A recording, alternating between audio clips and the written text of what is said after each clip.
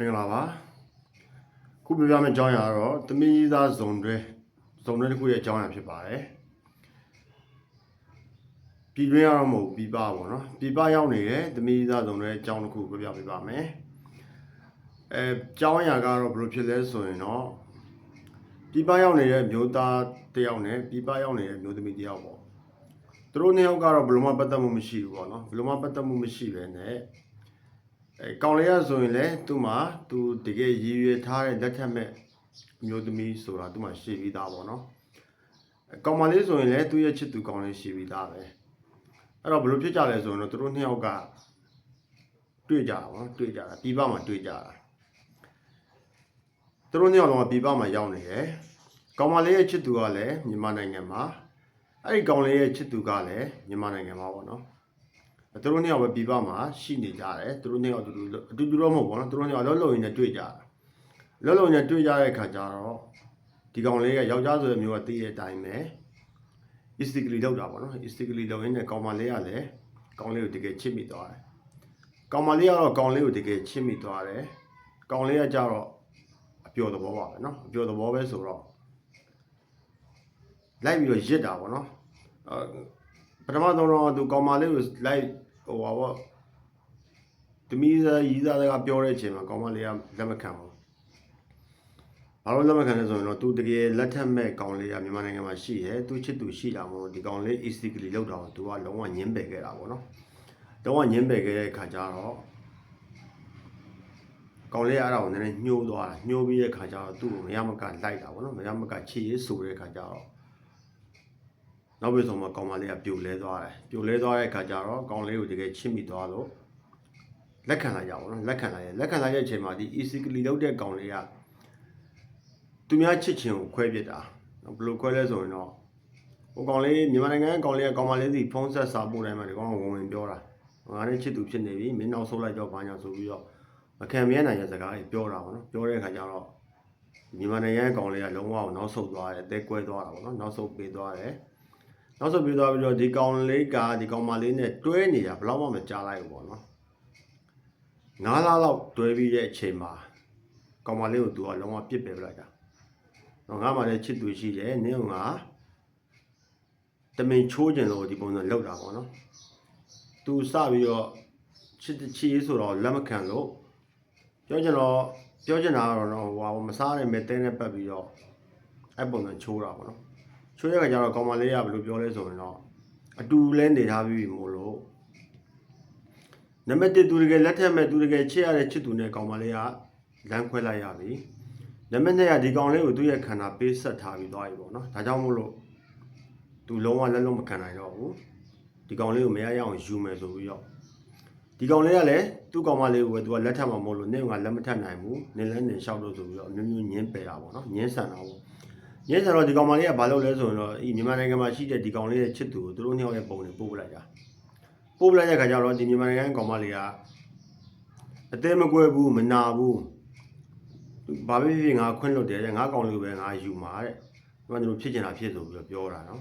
တခြားမိမဆိုတော့လက်မခံတော့ဘူးနော်ဒါဖောက်ပြန်ခြင်းတစ်မျိုးပဲနော်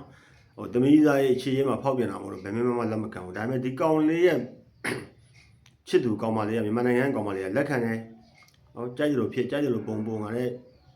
မဆိုင်ဘူးပေါ့နော်ငါချစ်သူငါချစ်နေရရင်ပြီးတာပဲသူလည်းငါ့ကိုချစ်နေပြီးတာပဲဆိုပြီးတော့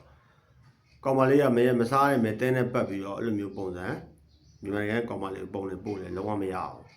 ်နော်အဲ့လိုပို့လိုက်ခြင်းအဖြစ်ကောင်မလေးကလည်းသူ့ကောင်လေးကိုပြန်တိုင်တယ်နင်းကောင်မငါးစီကိုပုံနဲ့ပို့နေရပါပြဿနာကြီးရှာတာပေါ့နော်ရှာတဲ့ခါကျတော့ဒီကောင်လေးကပို့ပြီးတော့ဒီကောင်မလေးကိုပို့ပြီးတော့မဲတာပေါ့နော်မဲတဲ့ခါကျတော့ပို့ဆိုးလာတာပေါ့နော်မချစ်နိုင်ဘူးငါနဲ့မယူနိုင်ဘူးခုလိုမျိုးလောက်ရက်ဒီကလည်းငါခွင့်မလို့နိုင်ဘူးကောင်လေးကပြောမှဆိုတော့လူဘာဝတာပေါ့နော်လူဘာဝဆိုတော့သူများသားသမီးရဲ့ခန္ဓာကိုယ်ယာပြီးကမှဒီလိုချိုးလာဆိုတော့လုံးဝအဆင်မပြေဘူးမပြေတဲ့ခါကျတော့ကောင်မလေးကသူလောက်တာကုံသွားပြီလေနော်သူတို့နှစ်ယောက်ရဲ့ပုံတွေလည်းသူ့ချစ်သူကောင်မလေးကိုပို့တယ်ပြတ်မလားသူတို့နှစ်ယောက်ရန်ဖြစ်စကားများပြီးပြတ်သွားမလားဆိုပြီးပို့လည်းမပြတ်ဘူးမပြတ်တဲ့အပြင်တော့မှသူတော်မှပို့ပြီးတော့ပြဿနာရှာခံနေရတာမို့လို့နောက်ဆုံးတော့ဆရာတွေစီပဲရောက်လာတာပေါ့နော်ဆရာတွေစီပဲရောက်လာတဲ့ခါကျတော့ဆရာတွေကပဲအစီရင်အပ်တာပေါ့အစီရင်အပ်တော့လုပ်ပေးရတာပေါ့နော်လုပ်ပေးရတော့ပို့ပြီးတော့လုပ်ပေးတယ်ဘာလို့လုပ်ပေးလဲဆိုရင်တော့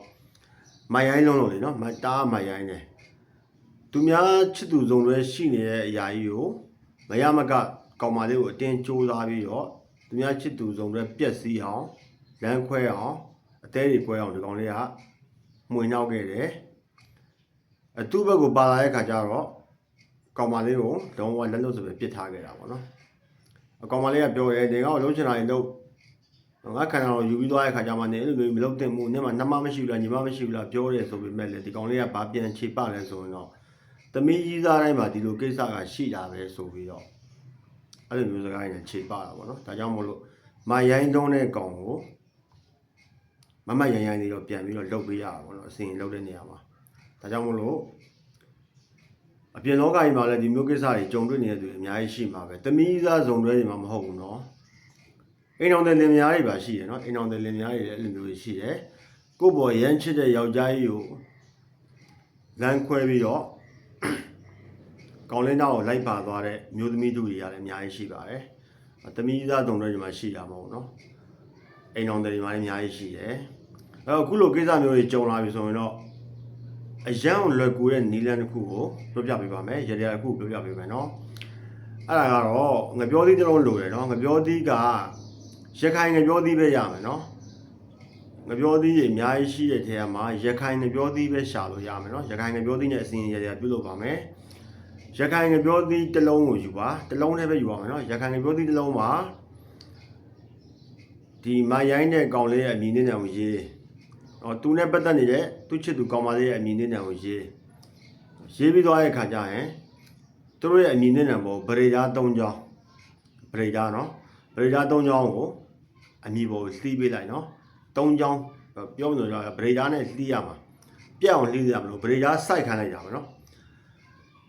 ငါပြောဒီမှာအမည်နဲ့ရေးပြီးသွားရင်သူတို့ရဲ့အမည်နဲ့ပေါ်ကိုဗရေဓာတစ်ချောင်းနည်းနည်းလှီးပြီးတော့ဗရေဓာတစ်ဝက်လောက်လှီးပြီးတော့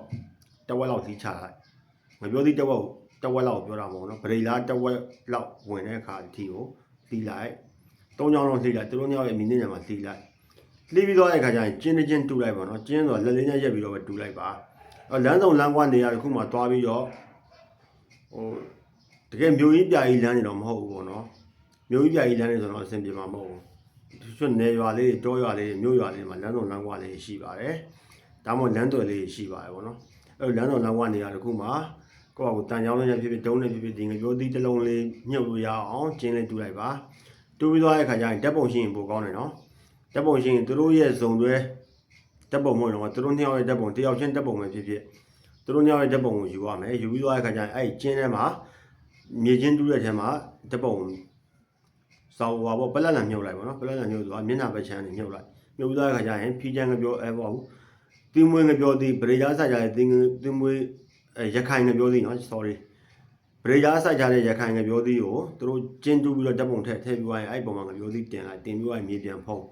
ပြီးသွားရင်ဖနှောက်5ချက်ပေါက်လိုက်နော်ဖနှောက်5ချက်ပေါက်ပြီးသွားရင်ကိုဖြစ်ချင်တာပြောပြီးတော့လှည့်ပြန်လာလို့ရပါပြီ